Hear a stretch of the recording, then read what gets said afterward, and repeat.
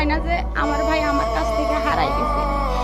আমার মনে হয় আমার ভাই এখনো হাঁটতেছে, কথা বলতেছে, সামনে আসতেছে, কিন্তু আমার সঙ্গে কথা বলে না, এইরকম লাগে। কিন্তু যেরকম জীবিত মানুষের কাছ থেকে কলিজাটা ছিঁড়ে বার করা হয়, সেই রকম মানে কথা বলার মতো আমার ইয়ে নাই। কিন্তু কিভাবে বোঝাবো যে আমার কিরকম লাগতেছে, এটা বোঝার মতো আমার তখন বিশ্বাস হয় নাই। আমার ভাই কিভাবে যাবে এই অবস্থায়, বা উনি তো ভার্সিটিতে একটা সেফ জায়গাতেই আছে, কি কারণে তাকে মারা হবে, আমার এইরকম মনে হয়েছিল।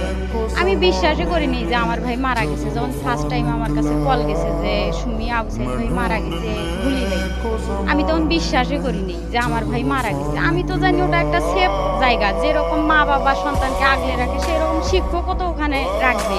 শিক্ষকের কাছে তো ওই জন্যই মা বাবা ভরসা করে দিছিল।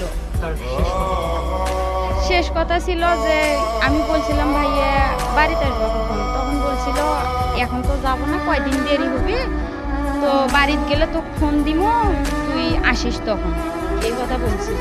আমি জানতাম যে আমার ভাই বড় হয়ে কিছু একটা হইতো। আমার স্বপ্ন আছিল যে আমার ভাই বিসিএস হবে, এটা আমার খুব আশা ছিল। আমি তখন গর্ব করে বলতে পারতাম যে আমার ভাই বিসিএস, বা আমি কোনো বড় পদের বোন, মানে এই আশাটা আছিল। আমরা গরিব মানুষ, আমাদের বাড়ির গাড়ি আসবে একদিন আমার ভাইয়ের, আমরা উঠবো সেই গাড়ি। কিন্তু গাড়ি ঠিকই আসছে, আমার ভাইয়ে পা দিয়ে নামতে পারে নাই, লোকেরা ধরে নামাইছে।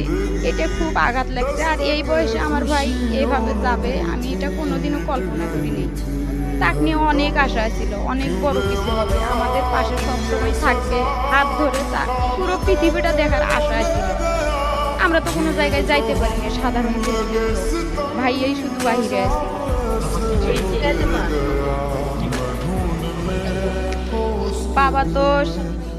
বাবা একদিন বলছিল যে আমার একটা শেষ আশা ছিল, সেটা হচ্ছে আবু সাইদের যদি একটা চাকরি দেখে মারা যাইতে পারতাম তাহলে আমার আত্মাটা শান্তি পাইত।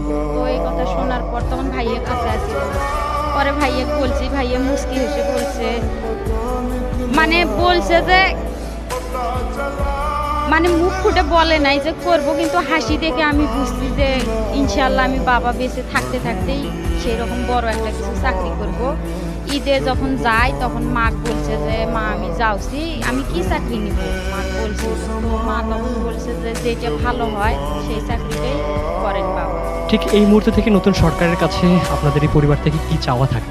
আমার ছোট বোন হিসাবে বা আমাদের ফ্যামিলির পক্ষ হিসাবে আমার চাওয়া হইতেছে, সর্বপ্রথম আমার ভাইকে জানি প্রথম শহীদ বীর হিসাবে রাষ্ট্রীয় সম্মানটা দেওয়া হয়, ইতিহাসের পাতায়, বা তার নামটা জানি স্বর্ণ অক্ষরে লেখা থাকে পৃথিবী যতদিন থাকবে। আর 16ই জুলাই যেন শোক দিবস পালন করা হয়। আমার ভাইয়ের যেন কোনো ভাস্কর্য তৈরি করা না হয়, তার নামে মসজিদ, মাদ্রাসা, চিকিৎসালয়, ভার্সিটিতে তার নামে ক্যাম্পাস বা রোডগুলো আছে তার নামে থাকে, ব্রিজ, কালভার্ট, এগুলো যেন তৈরি করা হয়।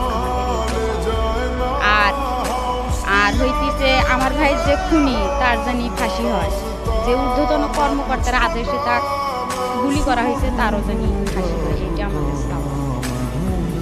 সর্বশেষ দেশবাসীর উদ্দেশ্যে আপনার কি বলার একজন শহীদের বোন হিসেবে? এখন দেশবাসীর উদ্দেশ্যে কথা বলা হইতেছে যে আমার ভাই যেরকম সাহস করে দাঁড়াইছিল, এরকম জানি আর কোনো স্বৈরাচার সরকার না আসতে পারে, এরকম জানি সাহসী সবাই থাকে, এরকম সাহস করে জানি সবাই করতে পারে। পরবর্তী যে সরকার আসবে যেন স্বৈরাচার না করতে পারে, নির্ভুল জানি থাকে, সাধারণ মানুষের বাক স্বাধীনতা থাকে।